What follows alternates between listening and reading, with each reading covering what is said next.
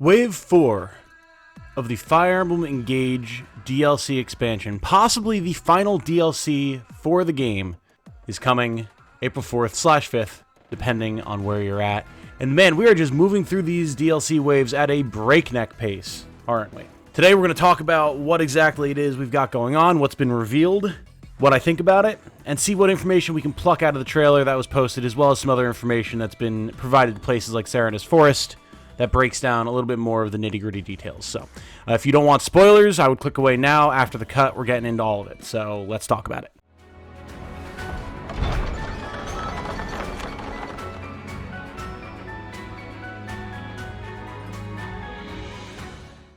Hello everyone, my name is Tom, otherwise known as Titanium Legman.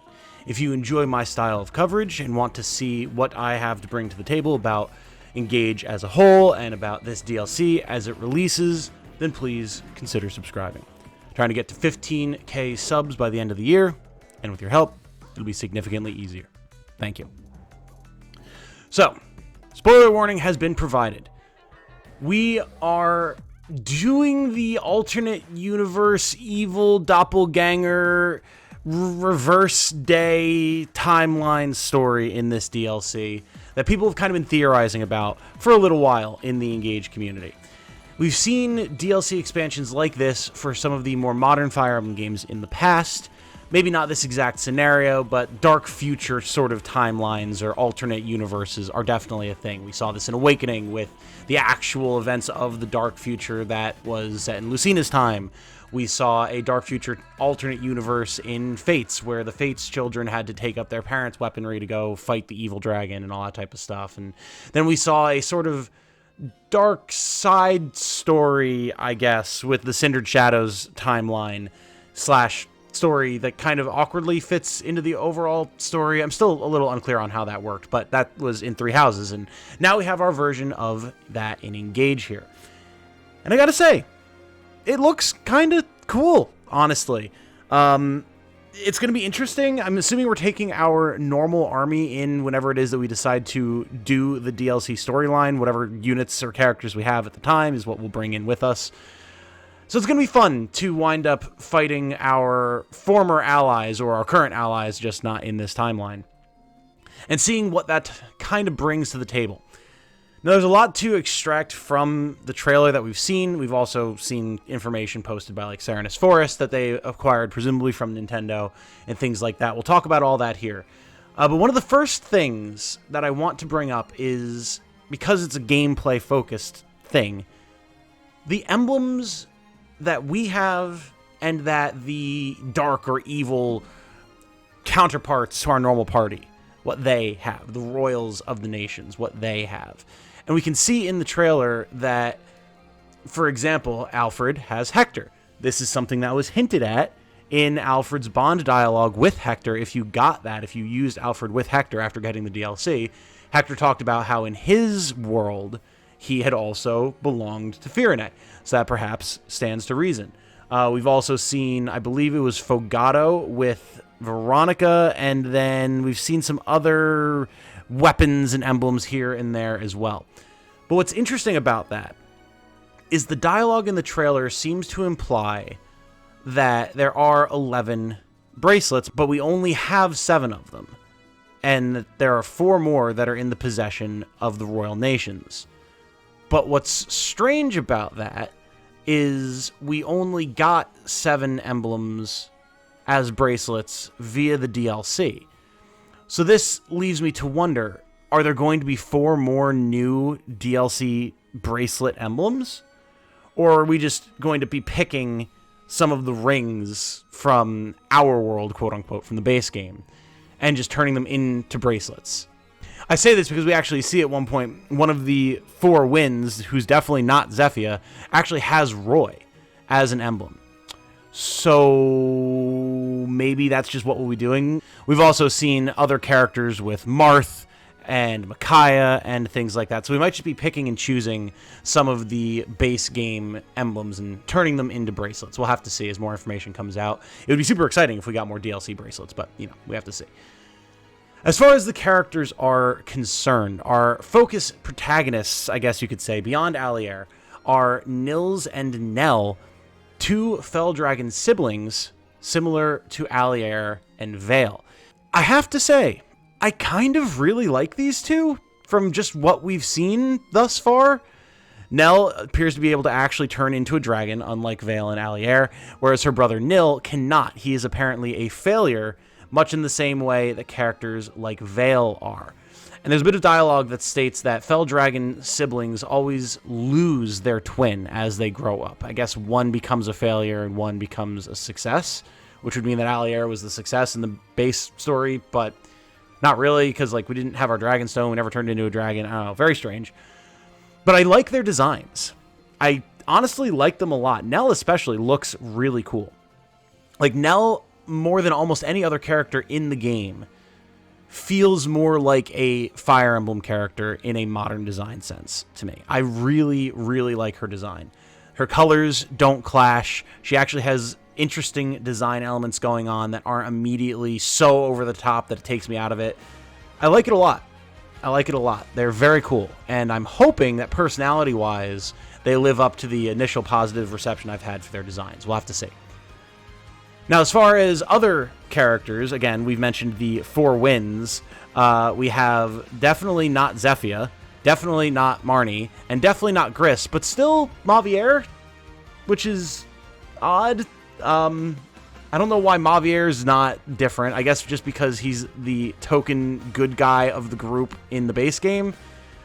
But yeah, so we have Celestia, who is definitely not Zephyr, Gregory, who is definitely not Gris, and Madeline, who's definitely not Marnie. They've got slightly different color schemes, different personalities. Again, everything seems to have been bait and switched, and they are actually the four knights assigned to protect Nell and Nils in this strange dark future. Now, does that mean that the Fell Dragons are just the good guys as a whole? Is this a weird, just there always must be balance between light and dark thing, and in the base game, the balance was tilted in favor of dark, whereas maybe here it's tilted in favor of light, and that means that light becomes the antagonist? I don't know. We have to see how that's going to play out, but the real takeaway here is that we're going to be getting these characters as playable characters in the main game once we finish the DLC. Because I imagine it says that we're getting new characters, locations, maps, and I imagine that's not just isolated to the DLC itself. I imagine much like with Cindered Shadows, where we got the Ashen Wolves as playable characters after we finish the DLC, we'll be getting Nell, Nils, and the Four Winds as playable characters in the base game. And from a gameplay standpoint, that's going to be very interesting, especially if they have any major differences from how their Four Hounds counterparts work. But even if they don't, and they're just palette swapped, that could still be fun. You know, we have to see what their growths look like, what their bases look like. I'm assuming they're all going to come in as promoted classes, if they still have their normal personal skills, all that type of stuff. It'll be fun from a gameplay options standpoint. What will also be interesting is if they come with any perf weapons or anything like that. And we can see in the trailer that Nell and Nils actually are wielding the axe and lance that we get from the well that was recently added in the previous update, implying that we're somehow going to get to this world through the well, maybe? That we've been pulling our items that we've been getting from it by tossing our trash into it from this world, which is maybe why it's in such a sorry state to begin with. I don't know. But we're going to be presumably accessing this world in that way, which is fun. As far as other gameplay elements are concerned, Serenus Forest was talking about how this is how we're going to get items that allow us to class change into the mystical mage cannoneer and the apothecary class that I can't remember the name of off the top of my head as usable classes, the ones that were hinted at in the previous waves of the DLC. And we all kind of knew that that was going to be happening. I think it was pretty obvious. They wouldn't just add a couple of random enemy classes and not give us access to them. So I'm excited to see how those play. The apothecary class as well that uses tonics to apply in-battle combat buffs seems like it could be really fun to use. And the mage cannoneer seems a little memey. Depends on if we can actually make it accurate at range, unlike the one enemy version that we see in Veronica's Paralog. But it could be fun. it could absolutely be fun to play around with, especially depending on what skills and, growths and everything it gets as well. So I'm excited to get those. I think that's going to be a really fun time. And then as far as the gameplay of the DLC itself is concerned, it is apparently going to be a little bit harder than the base game. Does that mean, like, regardless of what difficulty you're on? Or is it just like, oh, it's a little bit harder than hard, but the difficulty doesn't change based on the difficulty that you're on? We'll have to see. If it's a little bit harder than maddening, that could be very interesting. Because, again, I remember the Kindred Shadows DLC in Three Houses was actually a very nice challenge. Like, it was very tightly designed, and you had to be on your toes to tactically get through it successfully. So if we have a similar level of challenge in this, that's going to be fun. Now, in Kindred Shadows, you were extremely limited in what characters you could use. They gave you a set list of characters, you had a limited number of items, a limited number of promotion items, and you had to make do with what you had. If that's not the case here, and we can just take our normal team in, then I feel like it's going to be infinitely harder to get that really tight combat challenge that we had in Kindred Shadows, which isn't necessarily a bad thing, but it inclines me towards believing that it's going to be a little bit more loosey-goosey, since from the trailer, it seems like you just have your normal team with you. So we'll have to see. But I am looking forward to the challenge of it. Something that is also interesting, though, and that I do very much appreciate, is that regardless of whether you're on classic or casual modes, your characters will come back at the end of each map. So you can kind of go into this DLC and just mess around, see what works, and not be at risk of having your characters die on you permanently if you're playing on a classic difficulty mode or an Iron Man mode or what have you. And that's nice. I think that is really nice because it just gives you the freedom to just play with the DLC a little bit more, especially if it's as hard as they're implying it's going to be. And it's always been kind of weird in like past games where we're going to go on this training battle and then your characters literally die, or you go and do the Emblem paralogs in Engage and like, we're going to test you, and then they literally kill your characters. It's a little strange. It's a little strange. So I'm glad that they have just made that distinction. They're just going to let us go in and do our thing. It'll be a nice change of pace. As far as everything else in the DLC is concerned, there's not much else to extract at the moment. Seeing the destroyed, ruined versions of the various kingdoms and seeing like some hints of the new battle maps and everything is really cool. We can see the corrupted wolves that you can wind up encountering in the Crom and Robin map will be an enemy type. Stands to reason. Again, I didn't think that they just added those randomly for one map in the Crom map for some reason where they didn't make a lot of sense. So that's going to be fun. And I like that as we get glimpses of the various kingdoms' armies, we can actually see that their armor is color-coded and has some slight design differences to denote which country it's from. That's really nice. The Brodian soldiers have red on them, the Fyrenese soldiers have blue on them, all that type of stuff. That's a nice little detail. I do like that. It's going to make each battle a little bit more thematically distinct, which is pretty sick. Beyond that, what rewards we're going to be getting, what other benefits, not clear at the moment. If we get more details as we go, I'll cover it. But I think for now, that's largely what we need to know. I will be streaming this the moment that it comes out. It seems like it could be fairly lengthy if we have at least one battle in every kingdom and then maybe a finale battle. We're probably looking at least 6 chapters, so it's going to be fairly meaty DLC. And I'll be streaming it and covering it and everything, doing guides for the new characters, new classes, all that type of stuff as it comes out, so stay tuned for that. And the final note that I have that I'm pondering on, is there a reason that we are rushing through this DLC so fast? Because like the Three Houses DLC came out over the course of a year. This is coming out over the course of like, what, a month and a half?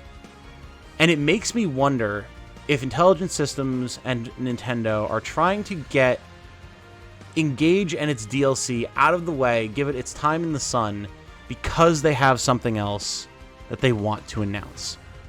Potentially that much rumored, leaked, hinted at Fire Emblem 4 Genealogy of the Holy War remake. Because again, Engage, from all the leaks, has been done for years. And they've presumably just been sitting on it, polishing it, developing the DLC.